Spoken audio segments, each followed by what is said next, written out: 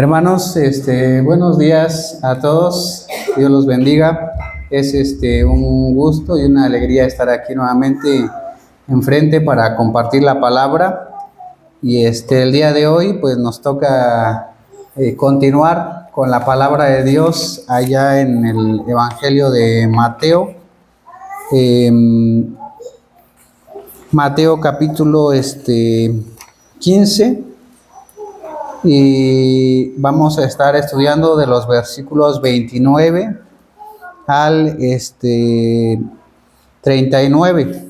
Y bueno, este estudio pues me gusta mucho, como en otras ocasiones les he comentado, porque tiene continuidad. Vamos desarrollando el tema como está aquí en la palabra de Dios. Y entonces hoy nos toca ver acerca de hay dos historias en estos pasajes. Hay como están divididas en dos partes. La primera parte está ahí en el versículo 29 al versículo 31. Entonces vamos a tener nuestra lectura. Les pido que busquen ahí en el Evangelio de Mateo capítulo 15, vamos a leer los últimos versículos, y esto vamos a estar analizando, estudiando y escuchando la palabra de Dios. Ya todos tienen abierta su Biblia en Mateo 15, de los versículos 29 al 39. Vamos a orar para iniciar este tiempo de estudio en la palabra de Dios. Padre, te damos gracias porque eres bueno, eres fiel, eres misericordioso, tienes compasión de nosotros, Padre mío. Gracias porque cada uno de nosotros en su momento y en su tiempo nos hablas, y todos los días, Padre, y todo el tiempo nos llamas a estar en comunión contigo, en nuestra casa, en la familia, Padre, en el trabajo, en todos los lugares a donde nos movemos, Padre. Siempre estás con nosotros, Padre, y gracias porque a través de tu palabra hemos aprendido que es tu deseo que estemos en comunión contigo en todo momento, Padre, y eres fiel con nosotros en todo tiempo.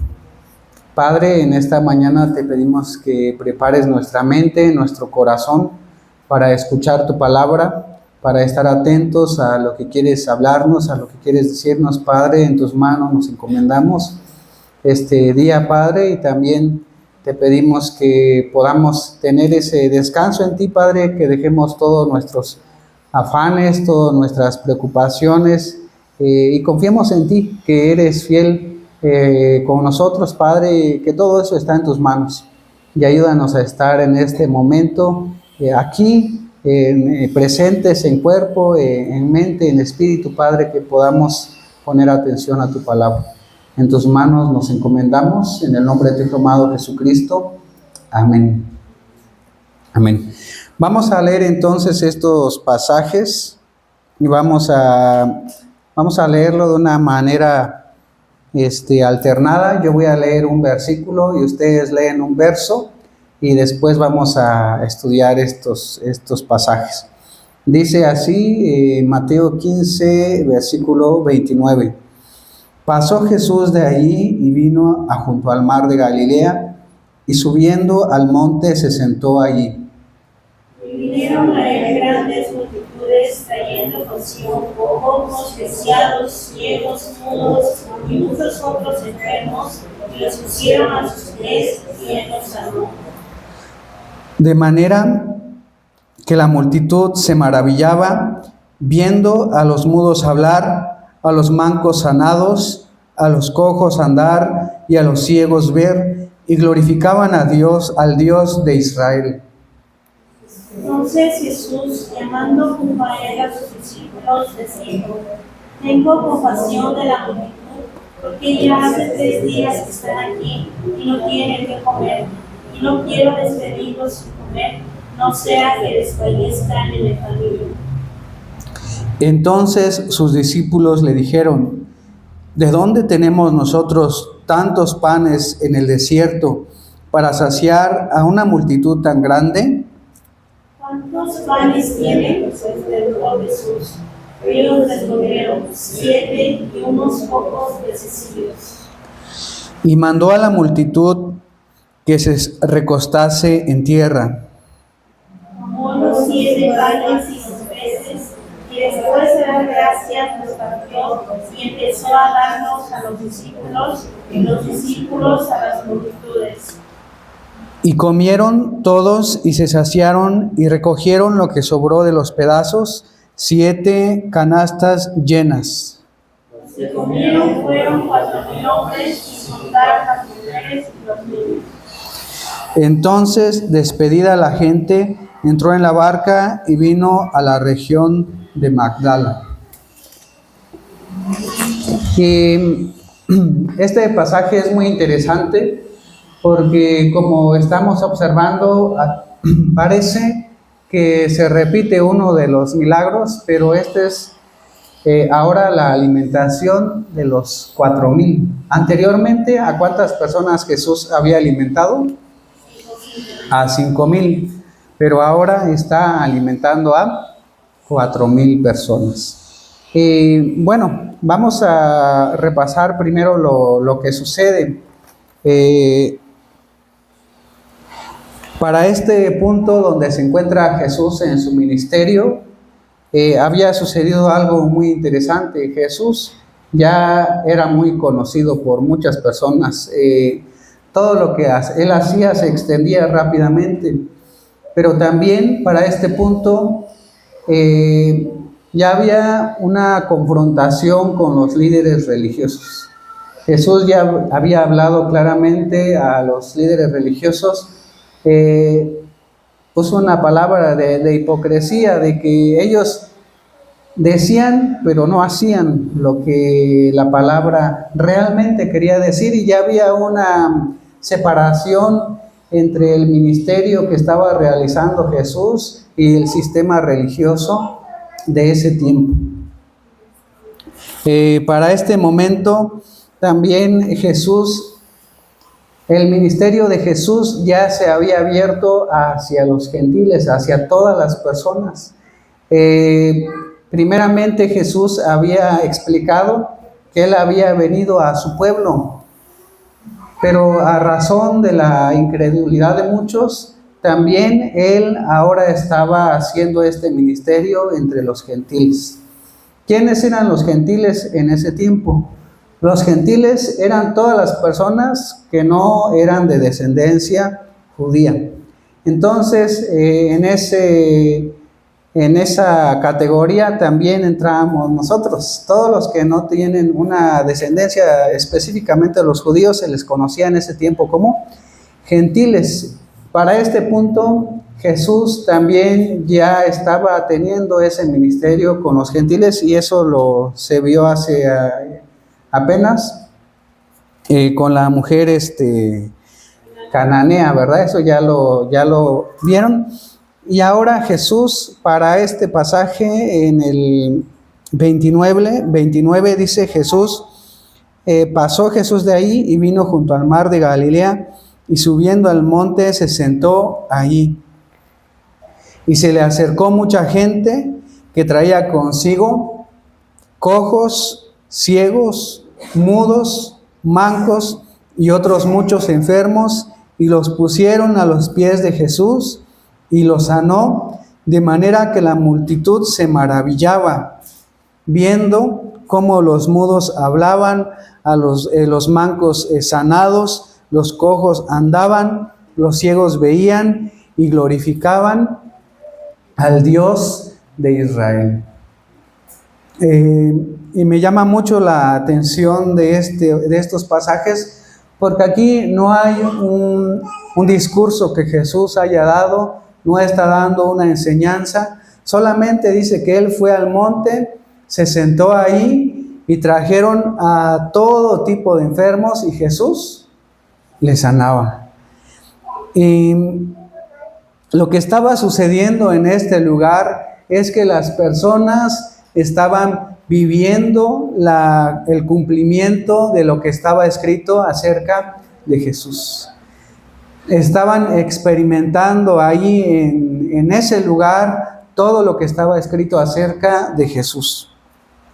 Quiero que vayamos un momento a Lucas capítulo 4. Vamos a leer allá en este Evangelio, Mateo, está ahí Marcos, Lucas capítulo 4, porque el ministerio de Jesús inicia diciendo estas palabras. Mateo 4, 18, el 17 dice: y se le dio el libro del profeta Isaías, y habiendo abierto el libro, halló el lugar donde estaba escrito: el Espíritu del Señor está sobre mí, por cuanto me ha ungido para dar buenas nuevas a los pobres. Me ha enviado a sanar a los quebrantados de corazón, a pregonar libertad a los cautivos y vista a los ciegos, a poner en libertad a los oprimidos, a predicar el año agradable del Señor. Y el 20 dice: y enrollando el libro lo dio al ministro y se sentó, y los ojos de todos en la sinagoga estaban fijos en él, y él comenzó a decirles: hoy se ha cumplido esta escritura delante de vosotros. Y en este lugar donde nos toca ver el pasaje hoy se encuentra precisamente esto. Él llega, se sienta en ese lugar y todas las personas con diferentes necesidades llegan a él y él los sana, y los sana, y los sana. Y todos se iban con ese milagro, esa bendición de Dios, pero dice que y se maravillaban viendo a los mudos hablar, a los mancos sanados, a los cojos andar, a los ciegos ver, y glorificaban al Dios de Israel. Claro que seguramente que en ese tiempo Jesús ha de haber hablado con ellos, les ha de haber explicado, pero en este pasaje específico dice que los sanó y ellos glorificaban el nombre del Dios de Israel. Estaban viviendo de una manera tangible, de una manera física, lo podían ver el cumplimiento de esta palabra. Algunos lo entendían, otros solamente lo vivían y disfrutaban de esa bendición de Dios. Pero sucede algo interesante después de esto. Después de que se cumple esto acerca de nuestro Señor Jesús, dice que Él se va y ahora Él se enseña a las personas. Llevan varios días en este lugar experimentando la presencia de Dios, escuchando la palabra. Pero sucede que ya tiene que llegar el tiempo en que todo lo que inicia y tienen que ir a sus casas, tiene que terminar este momento. Pero dice ahí en el versículo 32, Jesús llamó a sus discípulos y les dijo: tengo compasión de la gente, porque ya hace 3 días que están conmigo y no tienen qué comer, y enviarlos en ayunas no quiero, no sea que se desmayen en el camino.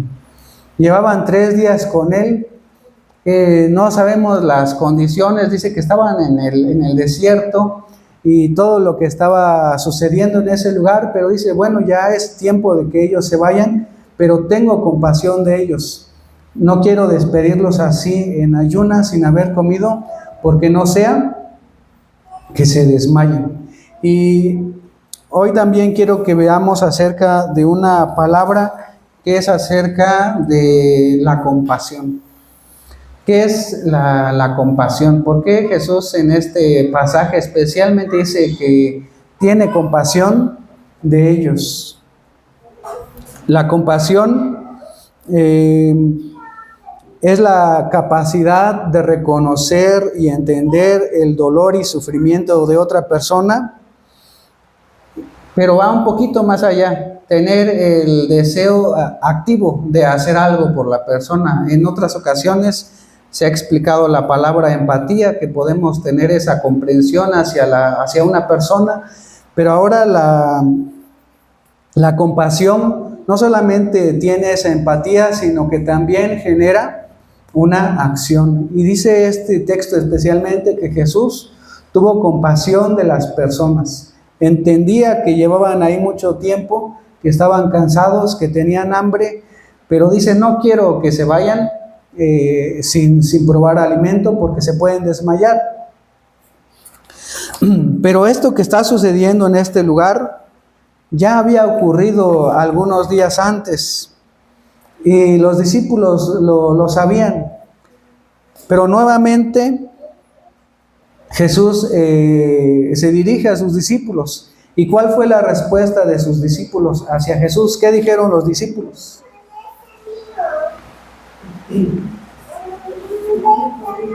¿De dónde vamos a sacar tantos panes en este desierto para tanta gente?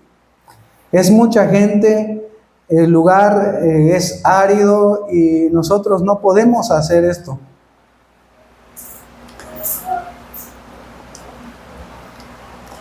Jesús nuevamente les dice ahora, pero ahora ¿qué tienen? ¿Qué es con lo que cuentan? Vamos a leer ahí dice, ¿qué es lo que tienen? Y ellos ahora, la respuesta es un poquito más, dice, ahora tenemos 7 panes y algunos peces.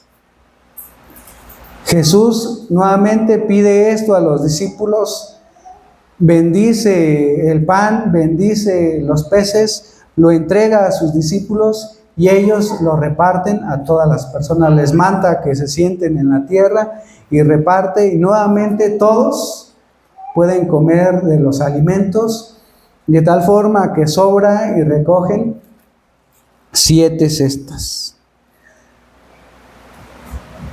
Y aquí en este pasaje, nuevamente Jesús, con mucha compasión también hacia sus discípulos, les habla, y con mucha paciencia también, porque esto ya lo habían pasado anteriormente. Y nuevamente Jesús les hace la pregunta, ¿qué es lo que tienen? Y ellos repiten las mismas palabras, ahora tenemos 7 panes, tenemos algunos peces. Y nuevamente Jesús les dice, tráiganmelos acá. Y quiero que recordemos la enseñanza de esta historia, porque en situaciones difíciles, ¿qué es lo mejor que podemos hacer? Llevar todo lo que tenemos a Dios. Llevar lo poco que tenemos a Dios. En las manos de Dios, lo que para nosotros es poco, Dios lo puede multiplicar. Y no solo hablando del alimento, sino en todo sentido, especialmente de nuestra fe. Pero a mí esta historia me llama mucho la atención porque se repite este milagro. Y me llama mucho la atención porque esto sucede muchas veces en nuestra vida. Dios tiene compasión de nosotros una vez y lo vemos muy claro.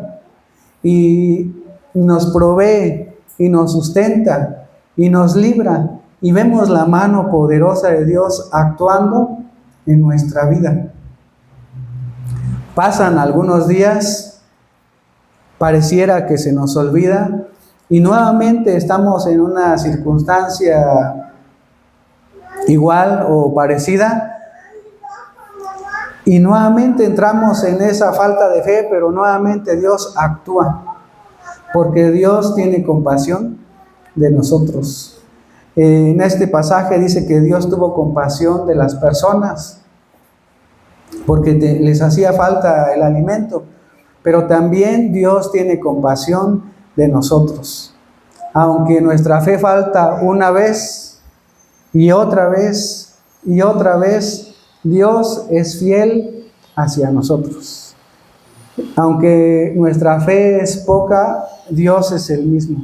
Aunque nosotros somos infieles, Dios es el mismo, Dios es fiel con nosotros. Y la palabra, seguramente hubo muchas situaciones parecidas a estas, porque no está escrito todo lo que Jesús hizo, pero lo que está escrito para que nosotros creamos. Así que este pasaje nos enseña que nosotros debemos de estar muy atentos, tener nuestros ojos abiertos, tener nuestros oídos atentos a escuchar en qué parte de nuestra vida Dios nos está hablando constantemente. En este caso había un detalle y era la incredulidad. Anteriormente, incluso cuando también hubo la tormenta, le habían dicho, este es verdaderamente el Hijo de Dios, Él es Dios, y constantemente repetían, Él es Dios, Él es el Hijo de Dios. Pero cuando venía una circunstancia difícil, otra vez se olvidaban de que la persona con que estaban era el Hijo de Dios. Y otra vez Dios con mucha paciencia, Jesús con mucha paciencia, con mucha compasión, les repite el milagro, les repite la misma circunstancia, para que ellos recuerden que con la persona con la que Él estaban es Dios, es el Hijo de Dios. Y esta historia nos enseña que debemos estar atentos en donde Dios nos está hablando constantemente, que confiemos en Él, que ya quitemos esa incredulidad. Y lo hermoso de Dios es que Él nos los va a repetir constantemente, quizá en unas ocasiones con mayor intensidad o con mayor... Dios tiene los métodos para hablarnos, pero sí debemos de tener y prestar atención, tener cuidado y prestar atención en donde Dios nos está hablando constantemente de que debemos creer y poner ya toda nuestra fe y nuestra confianza en Él. Hablo de puntos específicos de nuestra vida, que pueden ser para cada uno de nosotros. Es diferente, cada uno de nosotros tiene un camino con Dios diferente, una lucha diferente, algo con lo que batalla constantemente. Para los hombres, algo en lo personal, con lo que batallo constantemente, hablando de mi caso, es de la provisión. El hombre está encargado de la provisión en la familia. Y hasta ahora Dios ha sido fiel conmigo, pero cuando vienen momentos de escasez, pareciera que olvido cómo Dios ha sido fiel en mi vida. Y hay puntos donde Dios nos está recordando constantemente que debemos vivir en fe, poner nuestra confianza en Él. ¿En qué otra cosa batallan los hombres, o especialmente yo, en la santidad? Dios pide de nosotros santidad, y para vivir en santidad tenemos que confiar en Dios, porque Dios es santo y pide que nosotros seamos santos. Y constantemente el hombre, o les digo hablando personalmente, batallamos con vivir en santidad delante de Dios. Y Dios nos habla por diferentes circunstancias, en diferentes textos, en diferentes momentos, a recordarnos que pongamos nuestra fe en Dios. Bueno, también ya estoy casado, y algo con lo que también que luchamos en pareja, pues también poner nuestra confianza en Dios. En el caso de la crianza de los hijos, poner toda nuestra confianza en Dios. En el caso de las mujeres, algo que he notado y que también platicamos constante con mi esposa, la apariencia. Bueno, poner toda nuestra confianza en Dios. En diferentes aspectos, poner nuestra confianza en Dios. Esta historia nos recuerda que Dios tiene ese cuidado y esa compasión hacia nosotros. Pero ahora, hablando un poquito más profundamente acerca de la salvación, quiero que vayamos allá en Romanos capítulo 1, versículos 16 al 17, porque todo esto de poner nuestra confianza en Dios siempre va a llegar al mismo punto.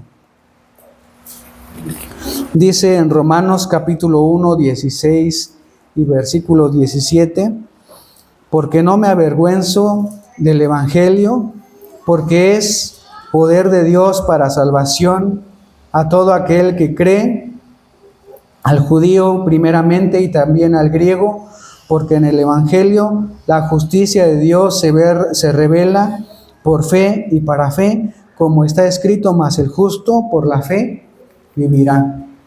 Todo lo que estaban pasando los discípulos, estaban aprendiendo los discípulos en todas estas experiencias con Jesús, estaba encaminado a más adelante, porque más adelante toda su confianza iba a depender de que creyeran en el sacrificio de Cristo. Cuando Jesús muere y ellos son dispersados, más adelante ellos van a estar dispuestos a entregar su vida por Cristo, a sufrir cualquier penalidad por el nombre de Cristo. Todas las pequeñas circunstancias que vivimos nos están preparando para poner toda nuestra fe en Cristo. Este texto dice, porque no me avergüenzo del Evangelio, porque es poder de Dios para salvación a todo aquel que en Él cree. Todo nos apunta, vamos a llegar al punto donde todo lo demás va a ser secundario. Debemos de llegar al punto donde confiar en Dios sea como respirar, de saber que la provisión de Dios, de que Dios es fiel. Eso no es nuestro afán, nuestra preocupación, nuestra apariencia, sino que podamos tener nuestra fe en que Cristo murió por nuestros pecados. Hasta ese punto tenemos que llegar, donde todo lo demás va a ser irrelevante, pero todo es una preparación para llegar a ese punto. Y cada día lo practicamos, pero va a llegar el momento en que va a ser plenamente, cuando ya nos despojemos de este cuerpo, que es un cuerpo que tiene su tendencia al pecado. Pero un día este cuerpo va a ser desechado y vamos a tener un cuerpo glorificado, una fe pura a la estatura y a la plenitud de Cristo. Pero mientras llega ese tiempo, nosotros debemos de vivir en esa fe, en esa confianza en Cristo. Cada experiencia que tenemos nos va a llevar a dejar la incredulidad y poner cada vez más nuestra fe en Cristo. Cada prueba que tenemos, esta fue otra prueba que estaban experimentando los discípulos, otra vivencia con Cristo, pero el punto es que ellos estaban perfeccionando su fe. Y quiero que leamos por último el pasaje que se encuentra allá en Primera de Pedro, capítulo 1.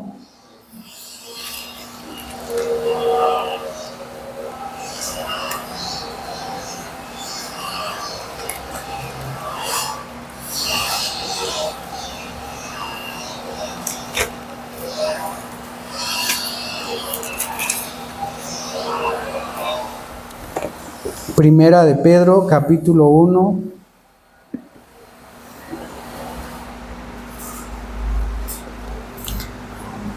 Voy a leer de los versículos 3 al 25, dice, voy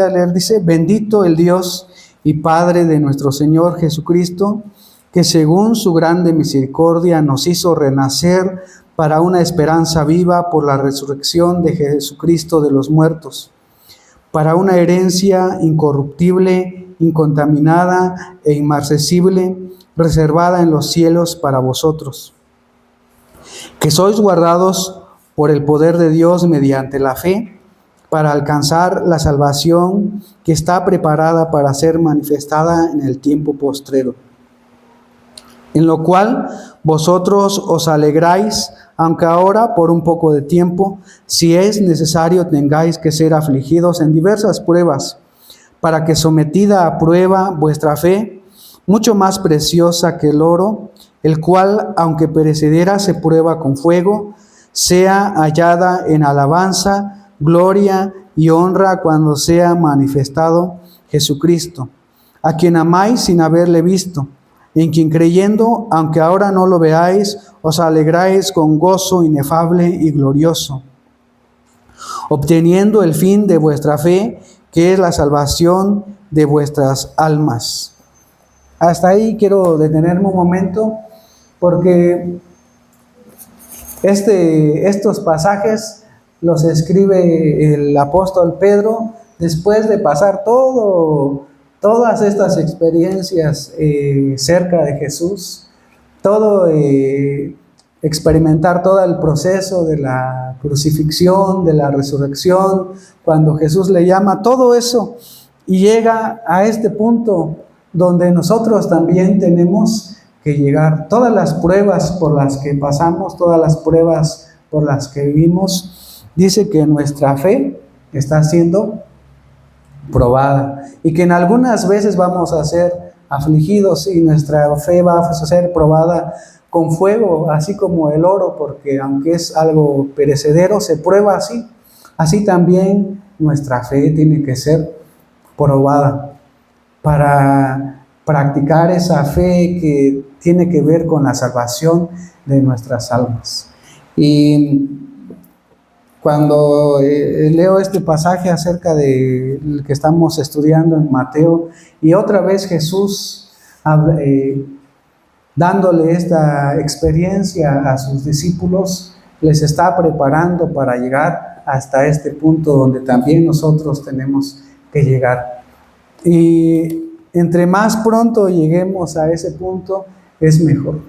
Y para llegar a ese punto no tiene que ver nuestra edad, no tiene que ver el tiempo que llevemos, si desde pequeños o recién iniciamos en el camino de Dios, sino nuestro compromiso y nuestra dedicación con la palabra y obedecer la palabra de Dios. Hasta que lleguemos a este punto donde entendamos que todas las pruebas que vivimos son para que podamos poner toda nuestra confianza y nuestra fe en Jesucristo. Entonces vamos a ponernos de pie un momento, vamos a hacer una oración y vamos a orar para que Dios nos ayude a estar atentos en donde nos está hablando, que ya pongamos nuestra fe en Dios, donde nos está repitiendo, recalcando constantemente de que ya pongamos nuestra fe en Dios. Padre, gracias por este día, gracias por la palabra que nos dejas escrita en la Biblia. Padre, gracias porque a través de muchos hombres que has inspirado y has dedicado, Padre, para que podamos tener esta traducción de la palabra. Padre, gracias por ella. Nos hablas ahora a nosotros y, Padre, en esta mañana nos encomendamos en tus manos y te pedimos que nos ayudes a estar atentos, a escuchar, a ver en dónde, Padre, nos estás hablando, nos estás exhortando a poner nuestra fe y toda nuestra confianza en ti, Padre, a entregarte nuestra vida para poder vivir y andar solamente por fe, Padre, en todo momento. Una fe que nos ayude a confiar en ti en todo lo que necesitamos, Padre. Tienes cuidado de nosotros, pero más allá, Padre, esa fe solo viene cuando podemos tener esa fe salvadora, cuando hemos puesto nuestra confianza en ti, Padre. Ayúdanos a tener esa vida madura, a desear tu palabra, a desear ese alimento sólido, Padre mío. Y Padre, en tus manos nos encomendamos este día y te pido por cada uno de mis hermanos, Padre, que nos ayudes a tener ese crecimiento en tu palabra, Padre mío, y también, Padre, que podamos compartir eso que has hecho en nuestras vidas con otras personas en todo momento, Padre, que esa sea nuestra forma de vivir, que todo lo que aprendemos en este lugar lo podamos compartir a otros, Padre mío, y ayúdanos en nuestra vida a que esa sea ese sea nuestro estilo de vida, nuestra forma de vida, Padre, en todo tiempo, compartir lo que has hecho en nosotros. En tus manos nos encomendamos en esta mañana, en el nombre de tu Hijo amado Jesucristo. Amén.